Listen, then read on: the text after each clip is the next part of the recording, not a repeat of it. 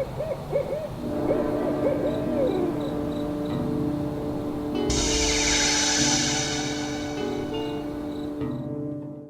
want to talk horror films? Let's talk about where they come from.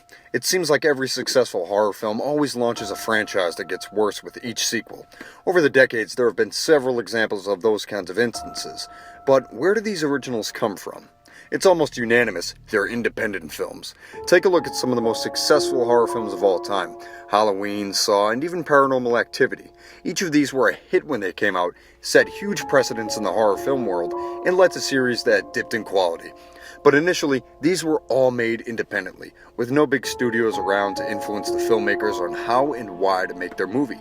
They didn't have any incentive or hype. These were purely films made on extremely low budgets. The point is, the horror genre has almost exclusively lived off the success of independent, low-budget films. The big studios will brand a name and quickly profit off that trend until the next big hit comes along. There are a few instances of when a big-budget horror film does well, too, but not nearly as much as the independent scene. So, we'll look at Ty West, a distinguished director that lives within the independent horror world. I reviewed The House of the Devil in 2010, but I feel it's necessary to come back seeing as I'll be looking at West's films for this week. The House of the Devil is an earlier effort from Ty West, and one that is sure to click with fans of 70s and 80s horror films. Rather than play up the slasher craze from that era, West goes into something relatively unexplored then, and even now. I suppose I'm not giving much away by telling you it's about satanic cults, because the title is The House of the Devil, but it's an interesting concept that West uses for the film. A college girl looking for money calls in for a babysitting ad. She meets a middle-aged couple that tells her she's just house-sitting while the elderly mother sleeps upstairs. Turns out, this is all a trap. The elderly couple are part of a devil-worshipping cult, and the poor girl is meant to be a sacrifice. Creepy concept for sure, but the filmmaking is what makes the film enjoyable and very scary.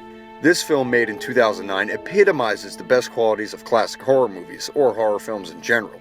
The build-up and pace of the film is executed very well, and the suspense is key in keeping the terror intact. The use of lighting, shadows, and the musical score are other unsung heroes when talking about this film. Especially as an independent feature, it's quality craftsmanship all around. Also, don't worry, because this movie flaunts its 80s setting quite well.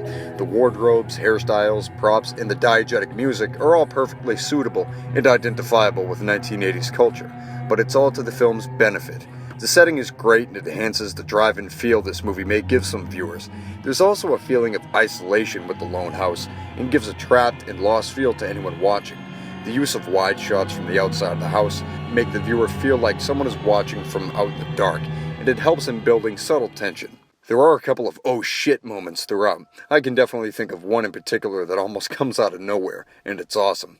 Another credit to the film is that it's bloodless, or much of the movie thrives without the use of blood. It's all about the tension and suspense leading up to the reveals and the big climax, and Ty West puts together an excellent tribute to the drive-in classics with this one. Just look at the poster. That alone should set the tone for how cool, retro, and atmospheric this movie is. It's an independent, underground, terrifying movie that I think any horror fan should give a look. Put on your headphones and your Walkman, go to the movie theater, and then enjoy a 1980s-styled thriller.